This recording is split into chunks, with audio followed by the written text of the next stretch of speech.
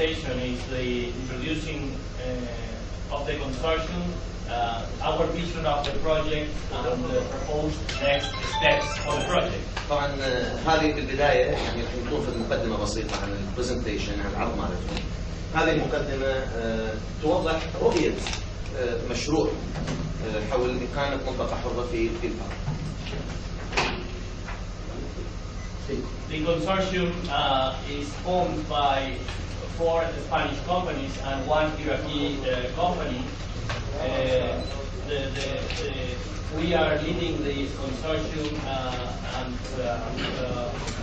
there are Ina is the leader of the consortium. Back is responsible for the engineering that is not devoted to port but transport engineering. Euroconsult is also quality control company that will be interesting for the consortium. ALG will be presented. They provide logistic services, and they are experts in international free zones. And finally, GCSB is a Iraqi company that will be with us in this consortium. بهذا المكتب الدولي للدراسة. طبعا هم يشتغلون ب4 شركات، يعني مشروعهم تدير 4 شركات متخصصة بالخدمات اللوجستية والهندسية وتقديم المشورة الفنية والإدارية طبعا للشركات العراقية، إضافة إلى شركة عراقية المكتب الدولي للاستشارات الاقتصادية. مهمتهم يعني الآن المهمة الأساسية هي يعني مثل ما ذكرت لكم أنه إعطاء صورة يعني أو توضيحية حول المشروع اللي المزمع تنفيذه في منطقة الفاو. The Applied Hydrodynamic Institute is the most complete and advanced private port and coastal engineering hydraulic laboratory. Our goal is to be a leading international port and coastal engineering company devoted to master planning, feasibility studies, design, projects, supervision of works, and laboratory tests and research. Our main areas of services are, first of all, here you see a laboratory. We have a large 3D basin of 28 per 23 meters. We can test any kinds of ports or breakwaters or coastal problems that are needed before construction. We have also a way to the fuel in order to test sections of breakwaters, and also facilities for hydraulics. Okay. The other area is projects, design of projects in for ports, either commercial ports, marinas, or fishing ports. We also do a lot of work in coastal engineering for protection of coasts, problems of erosions, siltation problems, and things like that. We also make a lot of numerical modeling studies for agitation and propagation of waves and axles. طبعا هذا يحاول صورة توضيحية عن المشروع. اللي امامكم نعم يعني احنا طبعا هي الشركات اللي على اليسار اللي مساهمه، شركات مساهمه في تقديم الخدمات الاستشاريه واللوجستيه للمشروع. اللي على اليمين هي صوره 3 دايمنشنز يعني ثلاثيه الابعاد للمشروع اللي مسمع تقديمه او تنفيذه في منطقه الفاو.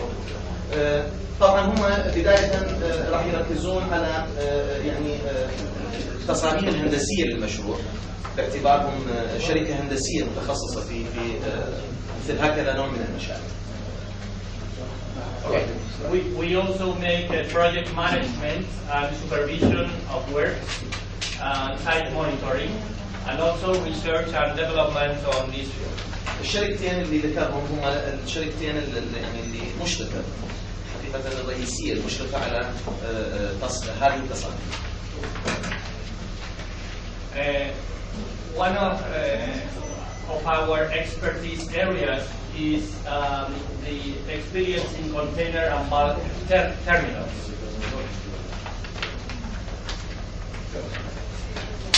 So one of our main experiences in container and bulk terminals design. طبعا هي ايضا اهم مخططات توضيحيه يعني للارياز، المساحات والمناطق اللي راح ينفذون بها المشروع. مثل ما تشوفون الصوره رقم 1، الصوره رقم 2. السلام عليكم. وعليكم السلام. على التأخير.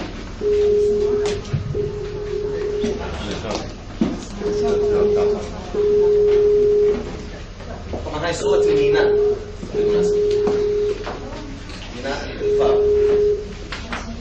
Okay, there are 3 examples here of this experience that we have. The first is the Port of Barcelona. The Port of Barcelona 10 years ago had only 1.5 TEUs for containers. يعني يعطيكم نبذة توضيحية عن ميناء برشلونة، يعني يحاول ينقل تجربة برشلونة. مراحل البناء يعني الميناء يكون بناء طبعا هاي مراحل يعني ميناء برشلونة من الموانئ القديمة، بس هم عادة يطورون موانئ مو كل حاجة. Yes. We have designed the new expansion of the Port of Barcelona that had been taken for 10 years. It consisted on this long breakwater of about 6 kilometers and this breakwater of 2 kilometers more. This new area created in the Port of Barcelona will duplicate the capacity of the port and will reach 10 million TEUs. It will be one of the most important ports in the world in year perhaps 2030. دكتور بس اسمح لي، بس هذا الموضوع أوضح. هم يعني هدفهم يخلون الحاويات اللي تتناول من خلال ميناء برشلونة حوالي 10 مليون وحدة. بس أعطيكم فكرة، أنا أعطيكم جدول يعني الطاقة الاستيعابية طبعا لحركة الحاويات، بس أعطيكم فكرة حالنا بالدراسة. احنا سوينا اخترنا الموانئ زينا سنة الأساس زينا سنة الأساس 2009 حتى نعطيكم احنا وين كموانئ قياسا للموانئ المجاورة. فنرجع للجدول نشوف ميناء سنغافورة اللي هي جزيرة نفوسها تقريبا ومساحتها قريبة من بغداد يعني كمساحة، تتناول سنويا 25 مليون حاوية. وأنا ما أخذت كل الموانئ بس أخذت أقرب ميناء اللي هو ميناء دبي والمنطقة الحرة، يعني تسلسلها بالعالم، تسلسلها كميناء السابع من تناول تمليها 11 مليون و124 حاوية. ميناء لوس أنجلوس يصير تسلسل 12، ميناء صلالة 29 3490، وميناء سانتورس 44، وميناء بندر عباس متناولين ب 2206. عندما نرجع إلى البصرة اللي هي لازم ويجب أن تكون المفروض من أكبر مناطق العالم لحركة الحاويات بسبب الموقع الجغرافي. أعتقد أستاذ عادل تقدر تجاوبني عدد الحاويات اللي تم عملية مناقلتها داخل موانئ البصرة؟ عندك فكرة؟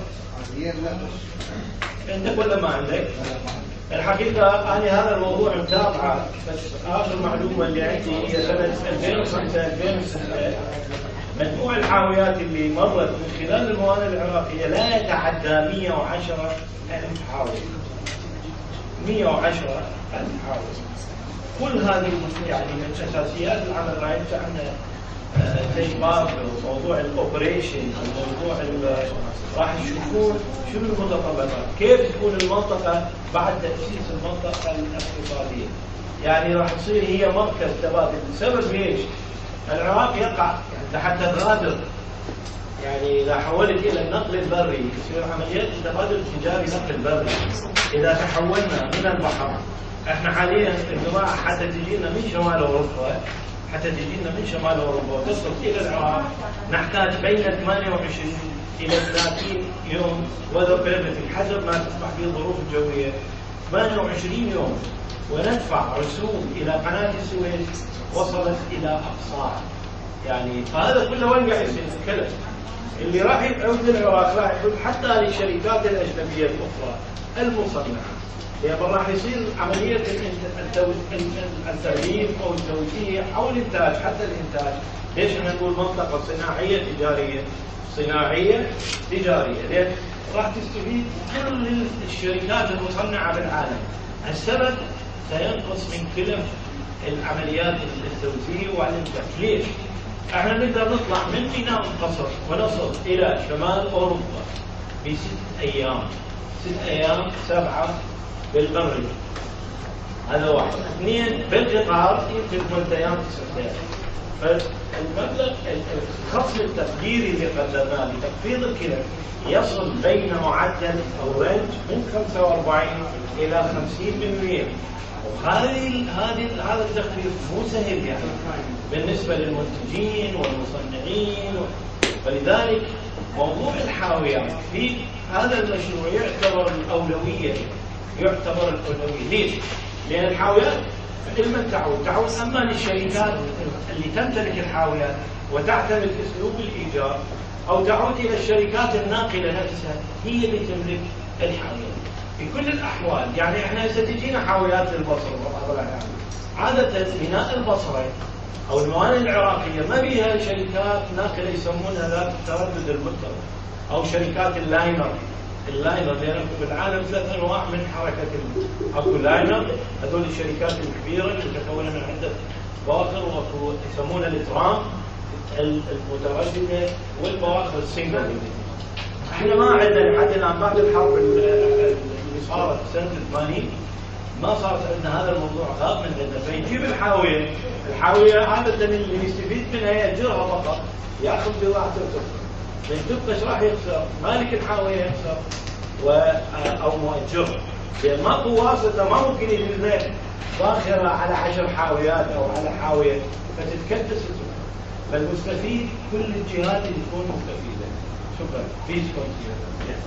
So this is the port of Barcelona, and we always use for the design of the ports physical model test. That's an important tool to prove that the design is okay, and we also use numerical models.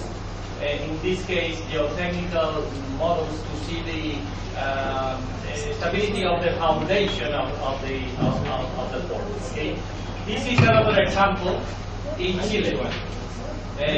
We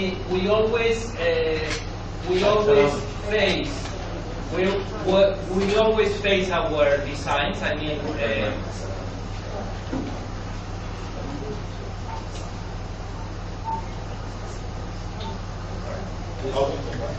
Okay, please.